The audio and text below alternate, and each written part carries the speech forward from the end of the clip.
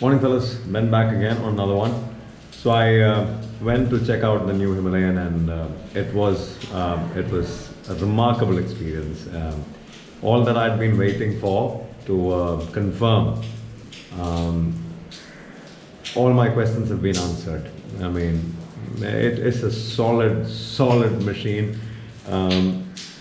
Honestly, since I know what I've put into this particular bike over here, to make Ben what Ben is today, I understand that the new Himalayan sells at half the price for what it's supposed to sell at.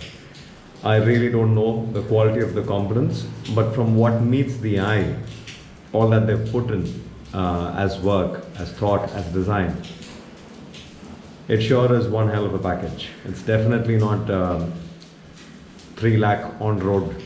It isn't fair. It's supposed to be priced at least 4.5 lakh on road. It's that kind of a machine. It beats all the Japanese fellas. That good to look at. Fit and finish and everything is premium. Nothing short of premium. And man, what an experience. Loved it to the core. Yeah, just something interesting. I have thoroughly examined the bike for what is different, and I'm just going to touch upon certain areas which I don't think I've seen on YouTube yet, and this might also be helpful. To start with, it is not a beginner friendly motorcycle. It is an intermediate rider friendly motorcycle. So for all the fellows who are just getting into adventure riding and who want their first adventure bike, I honestly believe the 411 is a much better starting platform than the 450. The 450 is a lot more stiff suspension, a lot slow rebound. By that I mean it is made to take on hard hits and constant hits. It's way more tuned to be off-road than on-road. On-road it will be a stiff ride. A sporty ride at best. A sporty ride will also be demanding on the rider. So do not end up thinking that you can just straight away, completely transition from whatever that you've been riding to the Himalayan, because it's definitely going to be, it'll make you feel like you don't belong there. With that attitude, you need to have a much more active attitude to ride the motorcycle. That is what I felt. And yeah, so the suspension is very well sprung for that weight. It just makes the whole bike feel like it's one unit. Very tightly packaged. That's the beauty. It's so tightly packaged that the front and the rear just come together. Huge rear end coming together. Because of the suspension, because the way suspension works. The front feels stiff as hell. Super duper stiff. That's exactly what you want to inspire confidence to take on off-road riding. It is not a plush motorcycle. It has nothing to do with the current 411. The current 411 is a plush. I take anybody and I still make them feel like I'm on a sofa. It's that kind of a ride. That is not the case with the new Himalayan. That's the suspension part of it. Now coming to the engine. The engine grunt clearly means business. From what I felt, years of revving motorcycles, I can feel that it packs a punch. But not as punchy as a KTM. A KTM is ready to explode. Adrenaline shots. But the Himalayan feels a lot more doable. Like you can definitely push it. Unlike the 411. The 411 doesn't like to be pushed. It likes to be rolled. Yeah, of course, Ben, the way I've tuned it, the way I've gone about doing the mods, it is very much aggressive riding friendly. But still, because it's an oil-cooled engine, it gets tired after a point of time. But this fella, being water-cooled, liquid-cooled, you know for a fact that you can go about pushing it, thrashing it the entire length of the day. 3. The engine note. The engine note is not as refined as a Honda, nor is it as unrefined as every other Royal Enfield, including the 650. The 650 idling is not a very healthy note.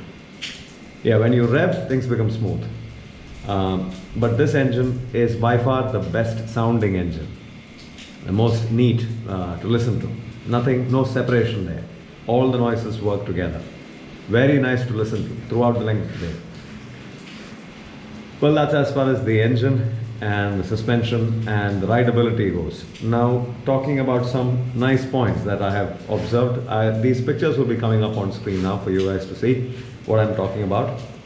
The front suspension travel, even though there is a nice shield that they've given to protect the front shock, you will definitely have to go in with a sock. You will definitely have to put in a sock here to take care of debris and to take care of chips hitting the exposed areas, because 90% of the upside down forks, the problem is the valve seals, the fork seals, they give up a lot too soon and you have all the oil leaking. So you have to protect that. That's one aspect that I've noticed. I just don't like the front upper mud guard. I'll get rid of it, or I'll modify it, I'll tweak it to make it look much better, more proportionate with the motorcycle. I love the plastic radiator guard. The design is fantastic. I will keep it as long as there is something else in metal that looks as good as this. Otherwise, this is going to stay on the bike.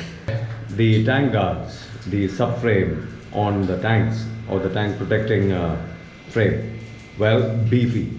As solid as it gets. The weld job is impeccable. It's fantastic. It's nice to look at. And there are these mounting points. There are these mounting points on the subframe for you to mount all kinds of soft luggage to. That again is a fantastic thought. A little too many. I would have preferred it to be a little less, but there are about 2, 4, 6, 8 mounting points. That's a little too much. But any which ways, it's a beautiful thought. It's a fantastic thought. Moving on to the next picture here is I would have preferred a better engine finish. Everything else on the motorcycle is finished at a different level, and the engine looks like it could have gotten a better treatment, a better paint job. Just looks a little average paint job. It doesn't look like a rich, nice, a lot of thought put into the engine's looks. This is an outright performance engine. I can see it. Nobody has taken effort to make this engine look pretty. That's obvious. The engine just is to get the job done. So that from that point of view, good.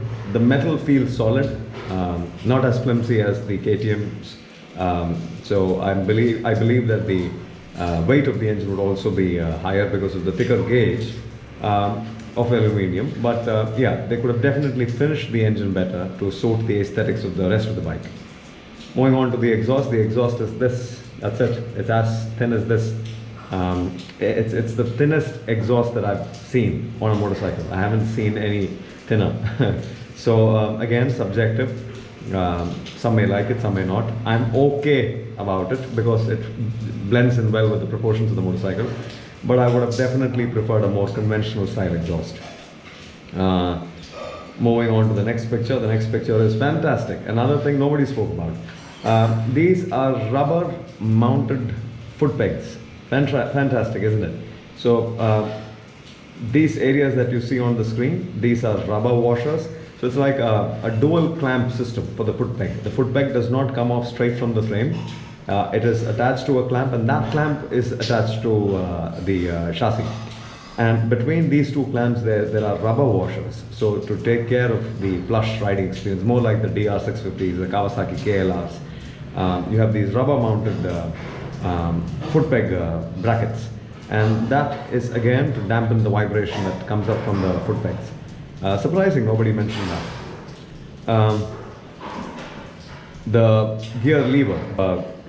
With this gear lever, you have the style of the gear lever. You have the opportunity to buy a lot of aftermarket foldable gear levers. The one on the current Himalayan, you don't go about getting it that easy. It's very hard to find a foldable gear lever for the front, for the Himalayan, the current one. Well, this is just a stick from the final drive. and you have plenty of aftermarket options which will allow you to do all kinds of modifications to your gear lever the way you want it, and the foldable one. So that's another thing. I love the side stand. The side stand is, it just looks like it belongs on a much more expensive machine. Crazy beautiful. I love the lean angle of the motorcycle. The bike is supposed to stay at that angle. The way the Himalayan was set up in the beginning, upright, that's nonsense. 1,000 times, I would say that it's the worst thing that could have happened to a motorcycle.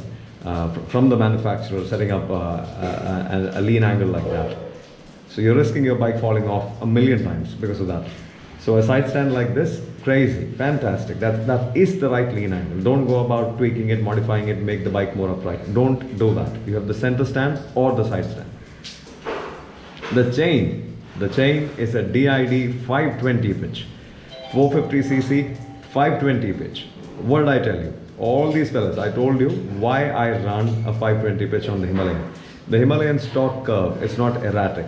So if it was erratic, then maybe the 525, the 530 would have made sense. The Himalayan stock curve is pretty neat, pretty stable. So running a 520 pitch was never a problem. I've been running an RK on my motorcycle, and it's been doing well for all these years. And another 520 pitch, DID from the manufacturer. Wow, it's like one of the best players in the market. A 520 pitch chain, thinner. What else did I see? Yeah, another thing. The mono shock, the rear shock, is a link system. It isn't directly mounted to the swing arm. It is a linked system, again, to make things even more progressive, even more plush. Keeping that in mind. So to accommodate for the tiniest of bumps on the road, yeah, and to not have a really complex rear shock, they've simplified the whole thing by just making it a linked style suspension. Nice thought, very smart. Yeah.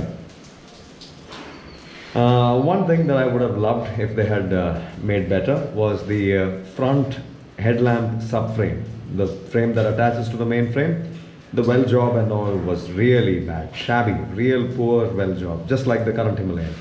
I believe it's very low quality iron, made to, I mean, it'll of course bend, it looks like that.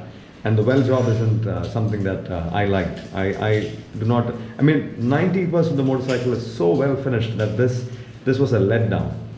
And I saw,